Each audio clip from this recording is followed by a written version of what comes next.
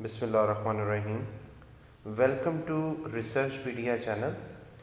دوستو، آج کی اس ویڈیو میں آپ کو سکھاؤں گا کہ کس طرح سے ہم ایک ریگریشن ماڈل جو ہے اس کو فائنلائز کرتے ہیں۔ جب آپ اسپیشلی کسی بھی سافٹ ویئر کا سہارا لے رہے ہوں تو کچھ نہ کچھ ہم نے فائنل کرنا ہوتا ہے، کچھ ویریبل ایڈ کرنے ہوتے ہیں، کچھ آپ نے جو ہے وہ ریٹین رکھنے ہوتے ہیں، ٹھیک ہے۔ کچھ کی بیس پہ آپ چاہ رہے ہوتے ہیں کہ آپ ڈیسیجن میکنگ کریں کہ کون سے ویریبل فائنل کیے جائیں، کن کی بیس پہ ماڈل جو ہے وہ بلڈ اپ کیا جائے۔ تو آج میں کچھ جرنل گائیڈ لائن جو ہیں وہ آپ کو پرووائڈ کروں گا، جن کو سامنے رکھ کر آپ اسٹیٹا کو یوز کرتے ہوئے اپنے ماڈل کو فائنل کیسے کرتے ہیں، اپنے ریگریشن ماڈل کو فائنل کیسے کرتے ہیں، جس کی بیس پہ آپ ریگریشن رن کرنا چاہ رہے ہوں یا جس کی بیس پہ آپ ہائپوتھیسس ٹیسٹنگ جو ہے وہ کرنا چاہ رہے ہوں۔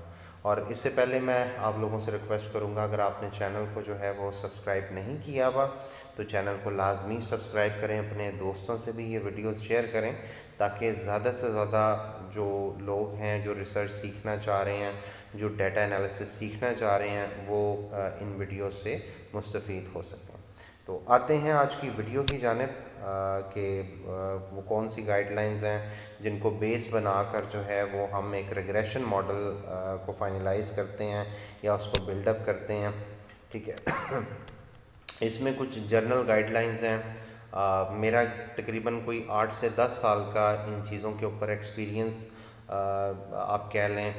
ان چیزوں کو میں نے سمرائز کیا ہوا ہے، جن کی بیس پہ میں ایک ریگریشن ماڈل جو ہے وہ فائنلائز کرتا ہوں۔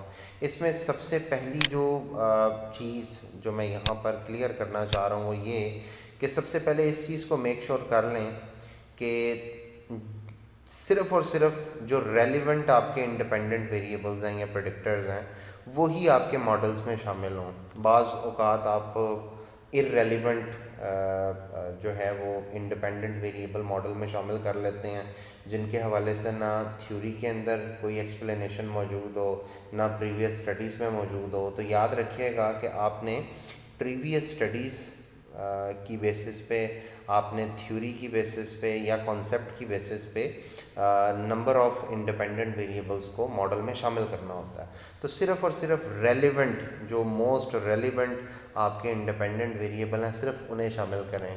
کوئی بھی اننیسیسری ارریلیونٹ ویریبل جو ہے انڈیپینڈنٹ ویریبل، اس کو ماڈل میں شامل مت کریں، ٹھیک ہے۔ These are based on your research questions, theory and knowledge on the topic supported by literature. جیسے کہ میں نے ابھی بتایا تھا کہ آپ یہ چیک کر لیں کہ تھیوری کن کو سپورٹ کر رہی ہے، ٹھیک ہے، پریویس اسٹڈیز جو ہیں وہ کنہیں سپورٹ کر رہی ہے، اور اس کے علاوہ آپ کے ریسرچ کویسچنز جو ہیں وہ کنہیں سپورٹ کر رہے ہیں۔ تو یاد رکھیے گا ریسرچ کویسچنز جو ہیں وہ بیس کر رہے ہوتے ہیں آپ کی پریویس لٹریچر ریویو کے ذریعے جو آپ ہائپوتھیسس کریٹ کرتے ہو۔ تو ہائپوتھیسس آپ بناتے ہو پریویس اسٹڈیز کی بیس پہ، اور ہائپوتھیسس کی مدد سے ہی ریسرچ کویسچن اور ریسرچ آبجیکٹو بلڈ اپ ہوتے ہیں۔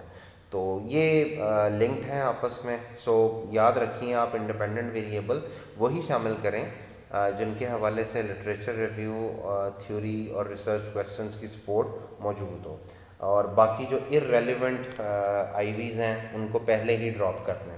Second thing, combine those predictor یعنی independent variable that tend to measure the same thing, ٹھیک ہے۔ یاد رکھیں یہ بہت ایک بڑا نسخہ آپ کو بتا رہا ہوں کہ جب آپ انڈیپینڈنٹ ویریبلس کے حوالے سے فائنلائز کر رہے ہوں تو کوشش کریں کہ صرف انہی انڈیپینڈنٹ ویریبلس کو شامل کریں جو ایک ڈیپینڈنٹ ویریبل کو یا تو میئر کر رہے ہوں یا اس کو انفلوئنس کر رہے ہوں، ٹھیک ہے۔ جیسے کہ ہم نے انڈیکس کوئی ڈیزائن کرنا ہوتا ہے ایز اے ڈی وی، تو ہم اس کے جو کمپوننٹ ہوتے ہیں ان کو آئی وی کے طور پر لے سکتے ہیں، پھر ہی ہمیں پتہ چلے گا کہ کون سا کمپوننٹ جو ہے وہ ہمارے ڈی وی کو ایز اے انڈیکس جو ہے وہ